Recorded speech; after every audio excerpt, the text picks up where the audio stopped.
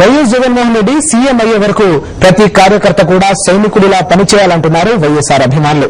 YS Sharmila Guntur జిల్లా తాడికొండ నియోజకవర్గంలో పాదయాత్ర చేస్తూ వస్తున్నారు.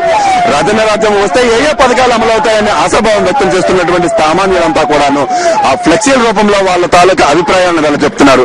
చూడాలి, ఇప్పుడు మనం ఈ ఫ్లెక్సీలో చూస్తే వృద్ధాప్య పెన్షన్లు వస్తాయని, ఆర్థికంగా వెనుకబడిన ఓసీలకు మేలు జరుగుతుందని, మైనార్టీలకు మేలు జరుగుతుందని, స్త్రీల ఆత్మగౌరవం ఇనుమడింపజేయడం అవుతుందని, అదేవిధంగా పేదవారికి ఉచితంగా ఆపరేషన్లు జరుగుతాయని ఎన్నో సంక్షేమ పథకాలు వీళ్ళంతా కలలు కంటున్నారు.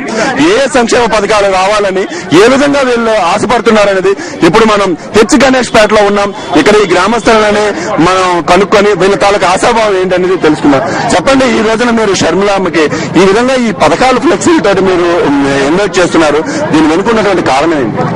రాజన్న ప్రవేశపెట్టిన ప్రతి పథకం అమలు జరగాలంటే వైఎస్ జగన్మోహన్ రెడ్డి రాష్ట్ర ముఖ్యమంత్రి కావాలి.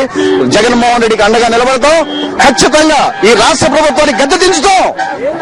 జై జగన్, జై జగన్. ఇక్కడ ప్రవేశపెట్టిన ప్రతి ఫ్లకార్డ్ లో ఉన్న పథకాన్ని అమలు జరగాలంటే జగనన్న ముఖ్యమంత్రి కావాలి. ప్రతి కార్యకర్త ఒక సైనికుడిలా పనిచేసి జగనన్న ముఖ్యమంత్రి అయ్యే వరకు విశ్రమించాం. జై జగన్. ఇచ్చారండి, బాగా మేము ఉంటానికి బాగుంది. ఇల్లు అది ఎంత బాగుంది. మాకు చల్లగా ఉంది. అదే చాలు. మాకు రావటమే మాకు చాలా గర్వం అనమాట. అది ఇప్పించుకుంటామండి. వెళ్ళైనా సరే మాకు కావాలి, జగనే కావాలి.